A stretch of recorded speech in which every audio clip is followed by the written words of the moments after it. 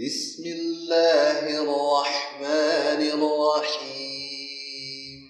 Bagaimana perjalanan ruh setelah berpisah dari jasad? Pada minggu lalu kita sudah sampai kepada sampainya ruh dikembalikan jasad untuk yang kedua kali. Kalau dia ruh orang yang baik-baik, akan ditempatkan Allah di suatu tempat namanya Illiyin. Dia akan mendapat nikmat namanya nikmat kubur. Kalau dia banyak dosa, akan ditempatkan Allah namanya Sijjin. Dia akan mendapat azab namanya azab kubur. Jadi cuma dua di sana. Kalau dia ruh orang baik, maka terserah dia akan membangun sebuah komunitas di sana, bertemu dengan saudara-saudaranya yang sudah meninggal mungkin tahunan puluhan tahun atau mungkin bertahun-tahun yang sudah, bisa ketemu kembali mereka di sana bisa ketemu dan ngomong-ngomong. Kayak mana ketika kamu tinggal pertama di dunia, kayak mana kabar si Polan, kayak mana kabar anak-anakku, kayak mana?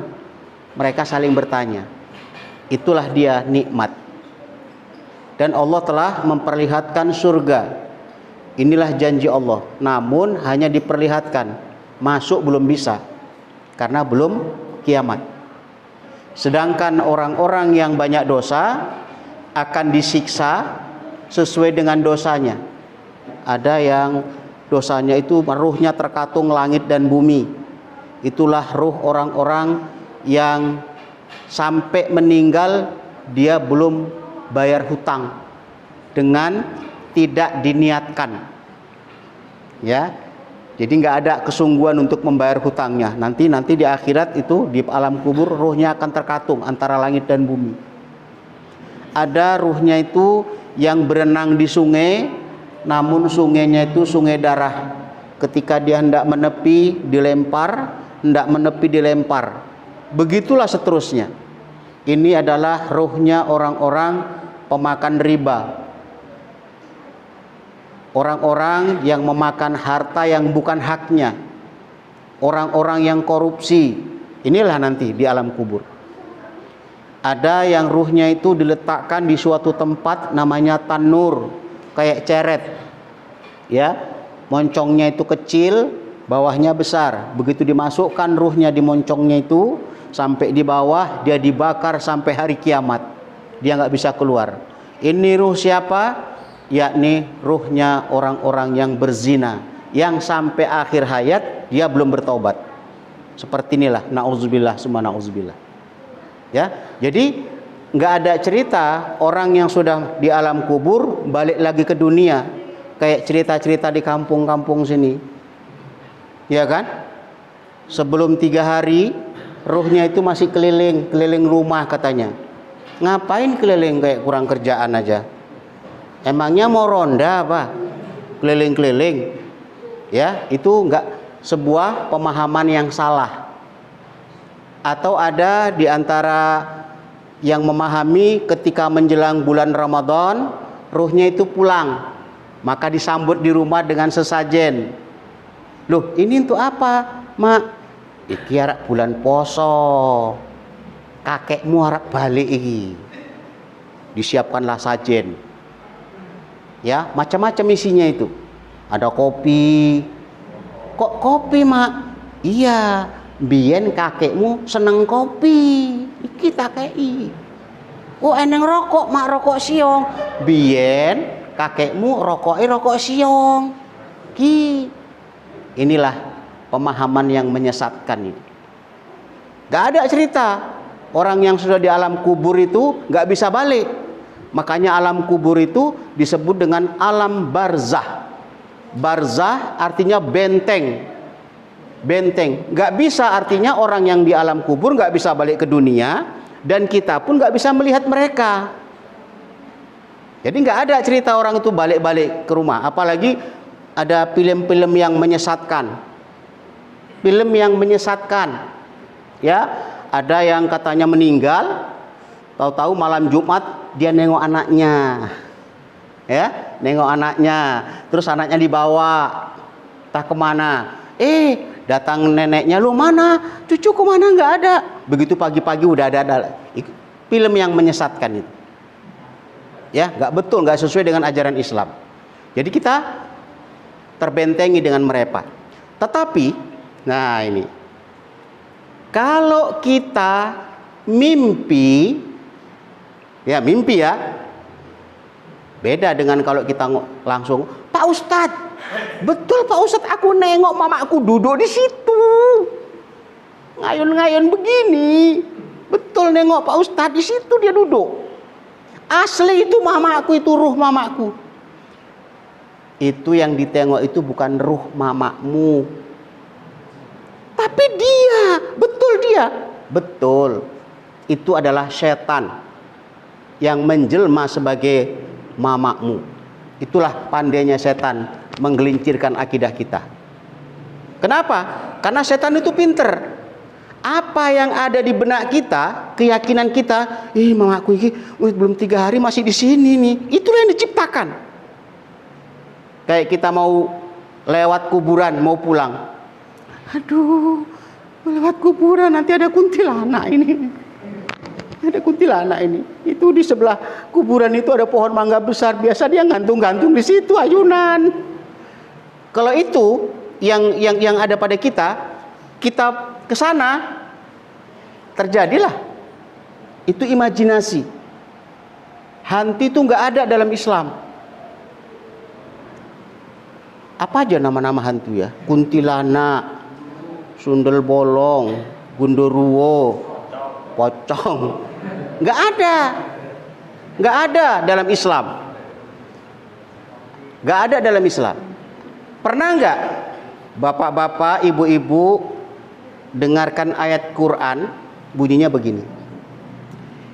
Innal pocong wal sundel bolong wal gondorwo, apa lagi, wal suster ngesot faulaika humul hantu. Gak pernah.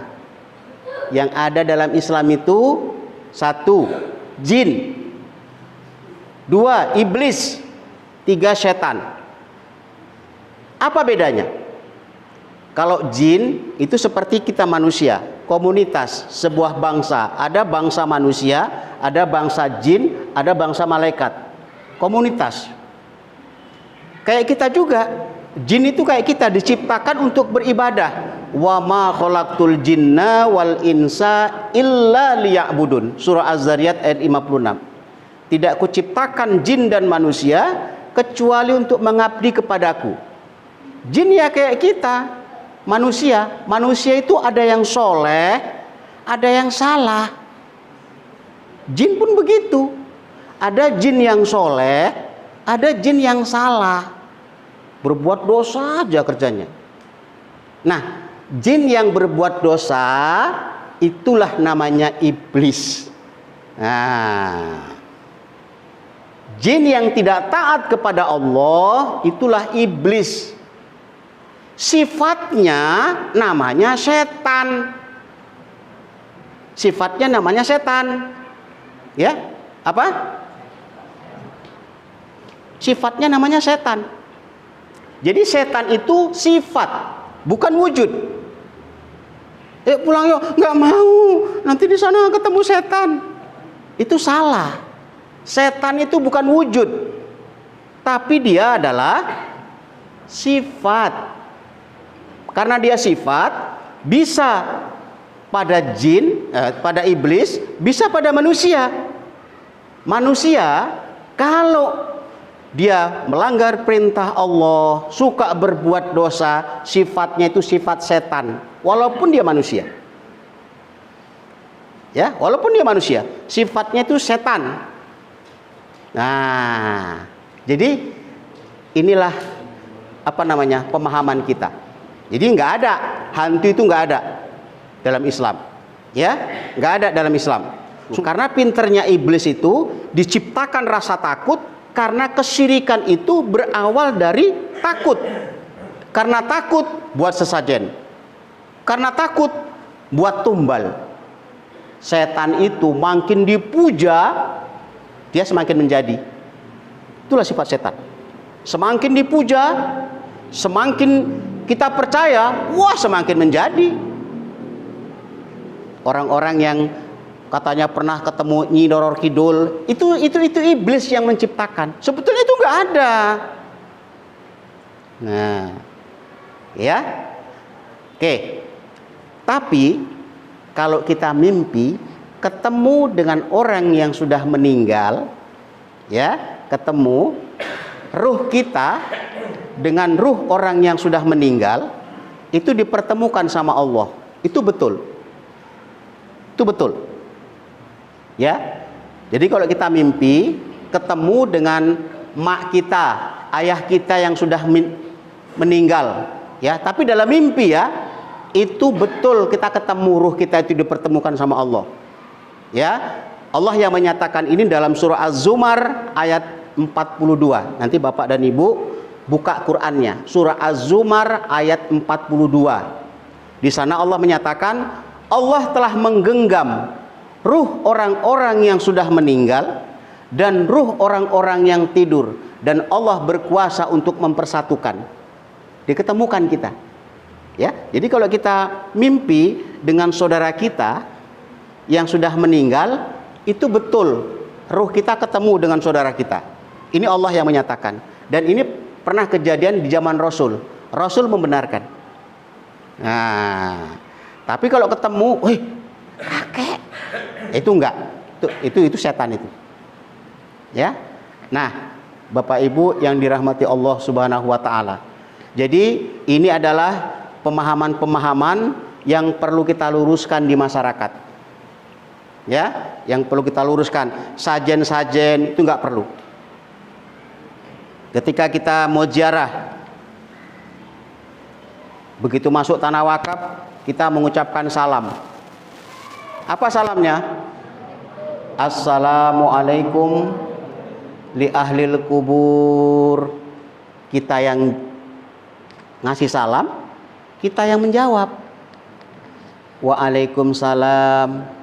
Inna insyaallahu bikum lahikun. Nas'alullaha lana walakumul afiyah. Ya.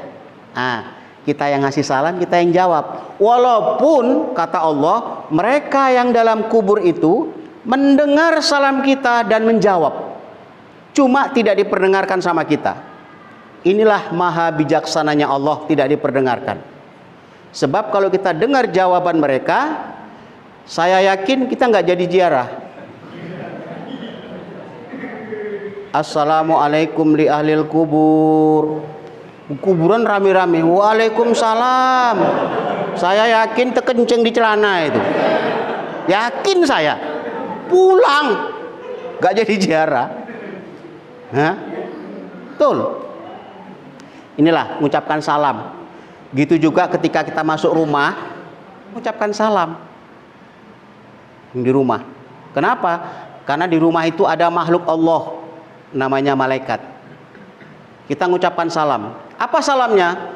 Assalamu alayna wa ala ibadillahi sholihin. Kita ngasih salam sama malaikat, karena malaikat yang nunggu rumah kita. Kalau kita nggak ngasih salam, apa kata iblis? Itulah kekuatan salam dan kekuatan doa. Wahai, kata iblis, wahai kawan-kawan, kata iblis, rumah ini sudah dikasih salam. Kita nggak ada tempat untuk masuk ke dalam. Ayo malam ini kita tidur di luar. Tapi kalau kita nggak ngasih salam, iblis yang nempati rumah kita. Gitu juga ketika kita mau makan. Begitu mau makan kita baca doa. Bismillahirrahmanirrahim. Allahumma barik lana fima razaqtana wa qina adzabannar. Apa kata iblis? Wahai kawan-kawan, malam ini kita nggak bisa makan karena dia makan sudah berdoa. Nggak ada waktu kita untuk ikut makan dengan dia. Itulah kekuatan doa. Mau tidur, baca doa. Bismika Allahumma ahya wa bismika amut. Apa kata iblis? Kawan-kawan, dia tidur sudah baca doa, kita nggak bisa ikut tidur sama dia. Jadi ibu-ibu, kalau suami ibu tidurnya nggak baca doa, ibu tidur sama setan gitu.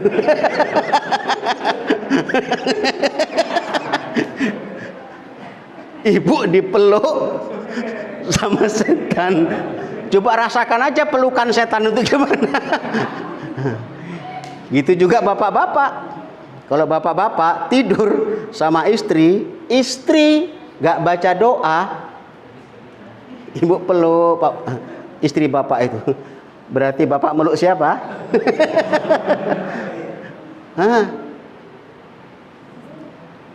Maaf lah ya, anak-anak kecil, mudah-mudahan mereka nggak tahu. Begitu juga ketika berhubungan suami istri, baca doa. Kalau nggak baca doa, nanti dia ikut bantuin. Ikut bantuin. Perasaan ketawa, tahu rupanya kau. Ya, itu. Jadi yang baca doa itu bapak, ibu nggak usah. Ibu pokoknya terima bersih aja lah. Iya, terima bersih aja bu. Tapi bu, ingatkan bapak, Pak, wis baca doa urung. Urung lali, ulangi kono, ulangi. Wis ngulangi, ditekoni meneh. Wis baca doa kan Pak? Aduh, urung, ulangi meneh. Pinter bapak-bapak iki, dulangi, men suwi. Itulah kekuatan doa. Bapak Ibu yang dirahmati Allah Subhanahu wa taala. Jadi kehidupan di alam kubur itu seperti itu. Ya, kita semua bakal ke sana. Tinggal nunggu waktu aja. Ya. Bahkan kalau saya tengok muka-mukanya ini ada yang sebentar lagi kayaknya ini. Ya. Ya, kalau saya belakangan aja lah, nggak apa-apa. Saya belakangan aja. Ya. Jadi kita bakal ke sana semua. Dengan kita mempelajari tentang alam kubur ini, artinya kita mempersiapkan diri dengan amal ibadah. Itulah bekal yang utama. Ya, nggak ada bekal yang lain. Bapak punya sawit ratusan hektar tinggal, ya kan? Punya sawah ratusan hektar tinggal, nggak dibawa ke kubur. Nggak pernah kita tengok orang yang di dalam mati dikubur, sak mobil-mobilnya dikubur situ. Kan nggak pernah kan? Enggak, tinggal. Bahkan bapak dikubur, mobilnya istri bapak kawin lagi, udah santai dia. Bapak di alam kubur. Makanya kita harus pandai beramal. Harta jadikan potensi untuk meraih surganya Allah. Nah, ya, jadikan. Jadi kita bekali diri kita dengan amal ibadah.